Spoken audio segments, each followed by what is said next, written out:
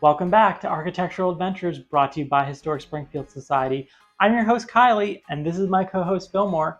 Thanks for joining us as we tour Springfield's architectural curiosities. Today I have something special and different for the holidays. I got this idea thinking about what it was like celebrating the holiday season during the Edwardian era when my home was built around 1910. I began to research the holidays and holiday decorations for a future video, which I may or may not get to this holiday season, and at this point it doesn't look like I will, so that will have to wait for next year. But in research, what I found interesting was that a lot of the decorations centered around natural or homemade items, or what was known as make-do items. So a make-do item would be something that you would have around the house that originally served another purpose that could be fashioned into, say, a holiday decoration, like a Christmas decoration. So that got to me thinking about the original occupants of my home, Fillmore, who was a carpenter, and his wife Stella, and what it would have been like for them to celebrate the holiday season. So I got the idea of him doing make-do holiday decorations out of items that a carpenter would have laying around. So I found these amazing antique turned spindles at Eco Relics. And this one was originally more than likely a porch balustrade. It's a very large baluster. And then this small spindle here likely grazed the gingerbread bracketing or turned frieze on a Queen Anne porch. So I thought that they would be perfect. The shapes really inspired me. They reminded me of antique toy soldier forms. So that was what I went with. And to explain more, we will have to go back in time because I started this craft back in June, believe it or not. And it is currently December. So you won't be visited by the ghost of Christmas past, but you will be visited by the ghost of Kylie past. That might be more scary, I don't know. So we'll take a second and go back in time and then meet me back here. Well, hi there. It is Kylie from the past, and it is currently June. That is right, June. I am probably the only person who is working on a Christmas craft in June, but that is my level of dedication. I wanted you all to get to see the process because as you're watching now, you are going to get to see the finished product, which is very exciting. So you can see here I am working on my spindle, and this is going to be a soldier, and this is a late Victorian era Queen Anne turned spindle that probably lived on a porch, and it was painted this beautiful blue-green color. I guess you would call this Kelly green, and a very classic color, but it's perfect for Christmas. So you can see what I've done here is I've given it a very light coat of red, and I've only given it one coat, and I think that that's all it's going to get. I like the fact that it is a very muted and faded look because I think that's what we're going for. We want it to look very much like a make-do, very faded, very old, very chippy. So I think I'm going to put the face here and give it a nice curly Q mustache and a beard, and then I'll probably fashion a nice big hat out of felt. I'm going to make this a belt here and give it a nice big golden buckle. I think I'll leave the pants green because I really like the Christmassy red and green, and then I'll give this one some nice boots.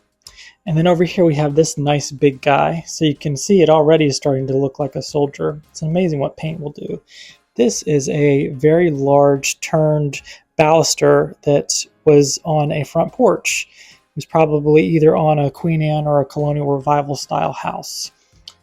Could have been from Springfield for all we know, who knows? But it's very typical of that era. So what I've done here is I've sectioned it off with paint. Once again, I'm going to give this soldier a nice big belt with a gold buckle. Give it some gold buttons going down the coat. These are going to be boots here. I'm out of black paint, so I need to get some black craft paint. And then this is going to be the face here, and I'll give this one a nice curly Q mustache as well. And then this is going to be the hat, and I'm going to do a nice painting of holly with some leaves on the hat as decoration. And then that will be the finished product, and you will get to see the finished product instantaneously, which is fun. But you can see it's not perfect. It is very sloppy looking, and that's kind of the point. I think the sloppier and the more imperfect it is, all the better, because that's the look we're going for. So these will be very nice, very inexpensive Christmas crafts that you'll be able to enjoy for years to come. And I love the fact that it's old salvage, architectural salvage. How fun is that? So thanks for watching, and see you in the future. Welcome back.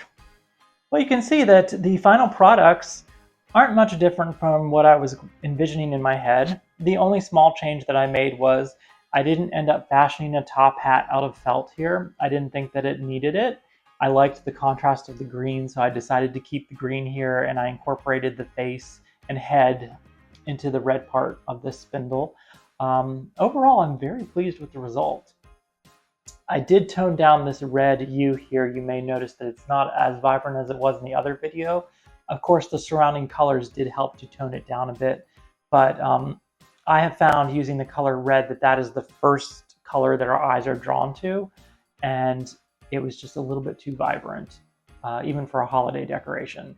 And of course, green and red automatically being complementary colors intensify one another, so I toned it down just a little bit, and I'm much happier with this red. It's not as much, it's a little more subtle. And again, I'm very pleased with the results. So this one will probably live on my front porch. I may put it beside my front door. I think that'll look really cute. And then the spindle here, I'll probably keep here in the dining room, probably on the sideboard. I think that'll look nice. And then another craft idea that I came up with that's very simple. I love architectural salvage, and so I have a lot of antique doorknobs hanging around the house, and I've seen other people actually turn them into little bud vases. So they take antique doorknobs, and you can see here for the holidays, I put like a little sprig of holly and evergreen in here, and it just looks really cute. I've even seen folks take like antique glass doorknobs and turn them into little place card holders at tables, and they look beautiful, stunning. So a lot of really creative ideas that you can take something that, it may not be the intended purpose of that item, but it's still useful, and, it's good for the environment, it's recycling, and it's very creative. I just think it's fun to be creative and do whimsical things. So hopefully you enjoyed this, and if you make this, please let me know. I would love to see what you end up doing. Eco Relics had bins and bins of these spindles available, and all in all, I spent $10 on this craft. I had little bottles of craft paint already. All I had to do was buy the spindle, really. That's it. So it's a very inexpensive craft, and I really enjoyed it. It was fun. And by the way, this video is not sponsored by Eco Relics, but if you're out there watching Eco Relics and would like to do a future partnership with our show, let me know. I would love that.